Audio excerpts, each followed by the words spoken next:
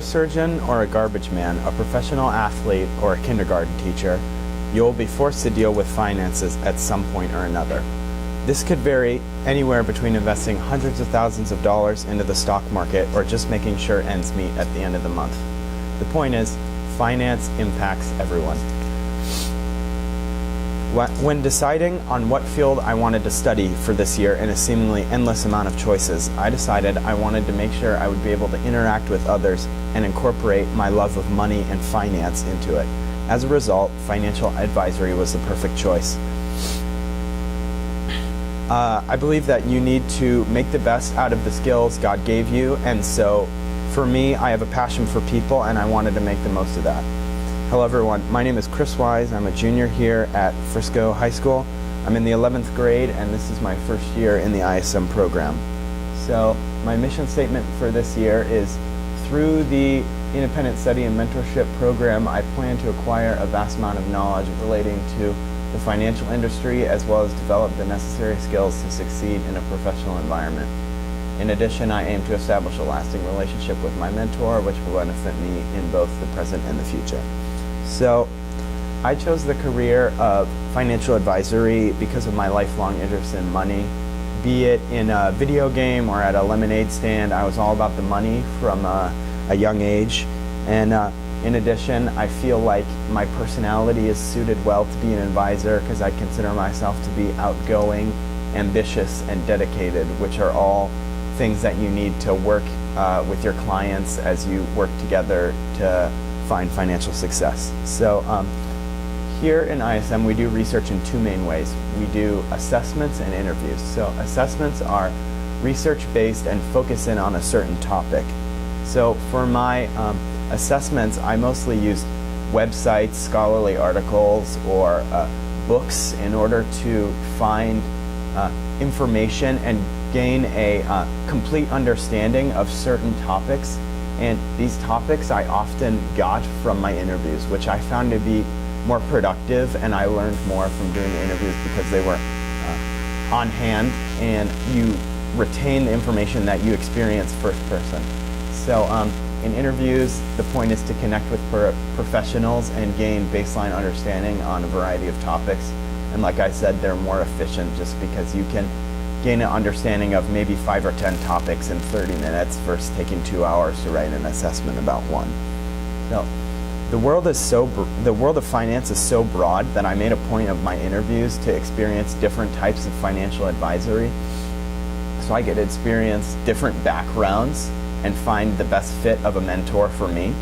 So going into that, my first interview was with Mr. Dan Masakowski, and so he was very interesting to interview due to his humble origin as compared to the other people that I interviewed. So the first question I asked him right when I sat down was, what did you do for education? Where'd you go to college? What did you major in? Things along that line. And he told me that he never even went to college. And he worked as a UPS driver for a lot of years. So that was a shock to me because I kind of had this pre-existing idea that financial advisory and finance in general is kind of a pretentious and thing that requires a lot of education and you have to go to college to learn all this stuff. But he told me he was able to succeed due to his PhD in life, and so he has gone through all kinds of things working as a UPS driver, and he just has a lot of wisdom from his years working, and so he's able to adapt to a lot of different situations, and he's well versed in just the world. And so he founded Masakowski and Nichols Wealth Management, which is a lot different compared to the other companies of the people I interviewed because it's way smaller. It only manages about $30 to $60 million in assets, which is like a tenth of something like UBS or Wells Fargo. So he deals with smaller clients that have a less of a money to invest as well. So one thing that he talked to me about is the importance of patience and using your personal skills, because these people that are smaller may not understand like what a 401k is or something that seems simple in the finance world. You're going to have to take time and explain and use your patience. And a recurring theme you're going to see throughout the presentation is that personal skills are the most important thing in finance. So my second interview was with Mr. Kurt Plumer. Mr. Plumer is very brilliant. He went to Baylor for undergrad and was top of his class, and then he went to Northwestern for grad school. And so I was actually able to have a conversation that I wanted to about education, because it's something very important to me, going to college and finding the right pathway. And he was very adamant about going to college, but not only going, but doing well in college, because the mantra is kind of C's get degrees in college, but C's also leave you with no job when you get out of college, because the employers of these big companies like his Triumph look for kids that did well in college and were at the top of their class, because you obviously want the best of the best. And so his company Triumph is a bank that specializes in investing in companies that are either failing or maybe need a startup, and buying bonds and stuff like that for them. And so what's different about him versus all the other people is he works in corporate finance. So he is investing for companies in things like hedge funds and trying to make a lot of money for way bigger clientele, because it's obviously a company and not just a family or a single person. But the main thing he did to me that I'm very grateful for is he provided guidance. So going into the second interview, I just knew that my topic was finance, and that I'm good at talking to people and I like money. And he really broke down the pillars of finance, what's important in them, and what each type does. And he really accelerated the process of me finding that financial advisory is the one for me, because it simplified the process, and he helped me understand what's good and what's bad about all of the different branches. So my third interview was probably my favorite. It was with Mr. Michael Armando. So he's the managing director of finance at Merrill Lynch. So that's a very high-ranking position at a very big bank. And he's ex-Army. He attended West Point Academy and was the starting quarterback there in his junior and senior year. And he lived overseas when he grew up. So he was very interesting to interview, because he has a different perspective on life than anyone else, like an average civilian, because he lived out in the battlefield. Obviously, he lived in Europe, and then he went to a prestigious military academy. So his love for service carried over into his career in finance, because he had the option to become a general in the Army, but he decided he'd rather start a family and live a more normal life. So he picked a career that would allow him to serve others as well. And so when I asked him what inspires him to keep doing what he does, he replied with this quote: "In order to find happiness, you must help others find it first."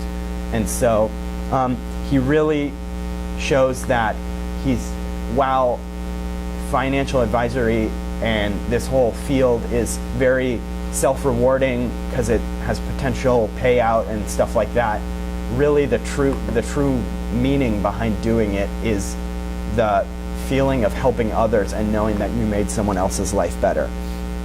So his leadership from the Army also carried over, because what's different about his position as managing director is instead of handling money, he's handling the handlers of the money.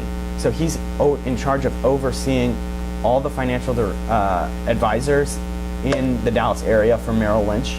And so he gave me a lot of tips and tricks of things that he likes to see from financial advisors, things not to do, and due to time constraints, we can't really go through all of that. But one way that he does this is through his knowledge of psychology. He minored in psychology at West Point, and so he uses things like nonverbal cues and verbal triggers, things like that, to get the most out of his people and in turn get the most out of the business. The most important thing that he taught me, which I feel is applicable to all facets of life, is the 85-15 rule. And it's something that they teach in business schools across the country, and it's that finance is 85% personable and 15% technical. Because you could have the most brilliant strategy plan of how to solve everyone's financial problems, and it's quick and efficient, but if your personality is a garbage fire, you're going to find yourself out of business quickly. So I feel like that was really encouraging, because the personality really separates someone from being a good advisor to a great advisor, because for the most part, everyone's about the same in the money, because it's all kind of refined thanks to technology now. Like, there's programs and equations, so a lot of it the computer does for you. So it's your personality that really sets you apart. My fourth interview was with Carson Fredrickson.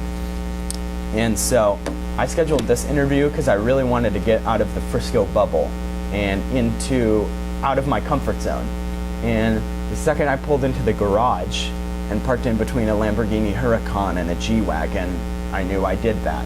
So his office is at the Crescent in downtown Dallas, and he really specializes in working with like the highest standard of living people in like Dallas. And so what he does is he goes into instead of like calling just random people, he goes specifically into companies that are well established and he knows pay well, and specializes on getting the biggest clients there instead of having many clients that are middle class or whatever.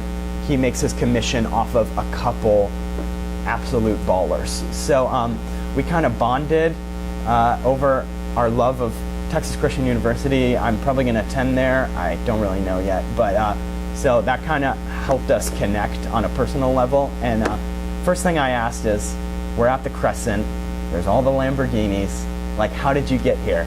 And he referred to me what he called the hustle. So in your first 2 years as an advisor, you kind of have to establish a client base, because it's pretty difficult to get someone to invest their life savings in a 22-year-old that just graduated from college. So in your first 2 years, you have to make 500 phone calls a day. 500, yeah. And only 50 people are probably going to answer the phone. And maybe 5 to 10 of them are actually going to talk to you about your product. So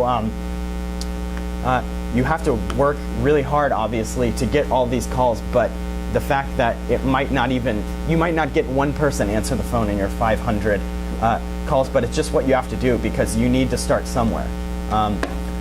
The last thing he talked to me about was setting realistic goals. And so while it's great that we're in this ISM program, we're being so ambitious and all of us are going out and doing things way beyond our years, we need to be realistic with what we're trying to accomplish here. Because while it's great that I'm interviewing this guy and we're talking about all this financial stuff, this is a dream job for a lot of people, and so I might not get hired in this spot the second I graduate from college, and that's okay. And I have to realize that I may have to go work as an analyst or a trader or something first for 4 or 5 years to gain experience, get my certifications and stuff. And so I just need to be realistic that the second I graduate from college, I'm not going to be making 6 figures and, have Warren Buffett as my client and all this kind of stuff. And so that was one thing that I really took away from it. So my last interview was my most important, obviously, because Mr. Brandon Wilk of UBS is my mentor for this year.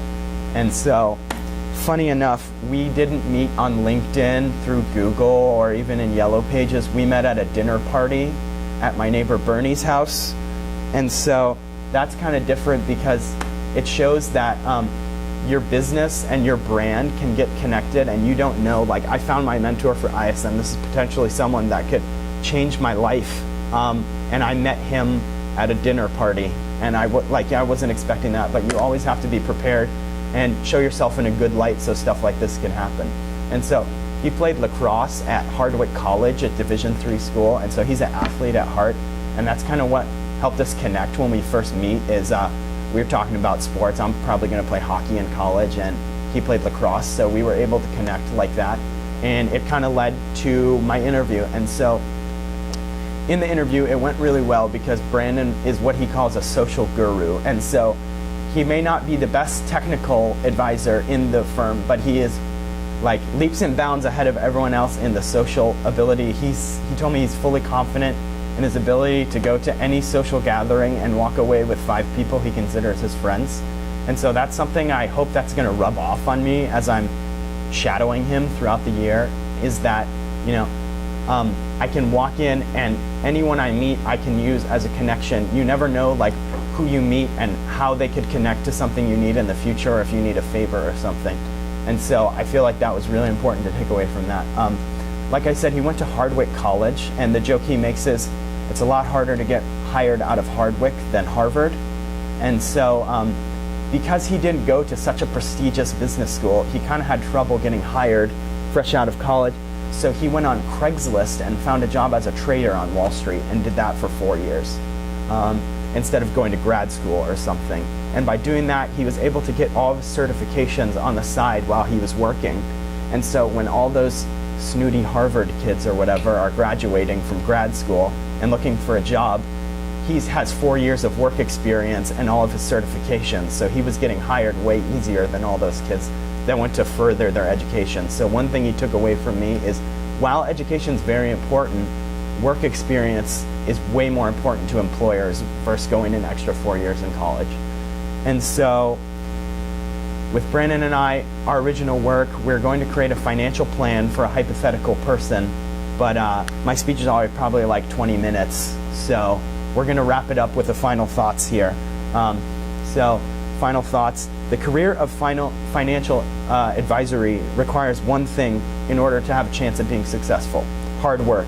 It's something that came up in every single one of my interviews and is applicable to every asset of life. Hard work separates good from great and great from excellence. And this is where my quote from the great Vince Lombardi is applicable. He says that the difference between a successful person and others is not a lack of strength, not a lack of knowledge, but rather a lack of will. The way to earn success in life, no matter if you are, like I said in my introduction, a teacher, an athlete, a neurosurgeon, it's to work at the best of your ability every single day and to network with those like-minded of you so you can achieve success together. So as you leave today, I ask you to think one thing: what can I do to get better, and how can I achieve it today? Thank you.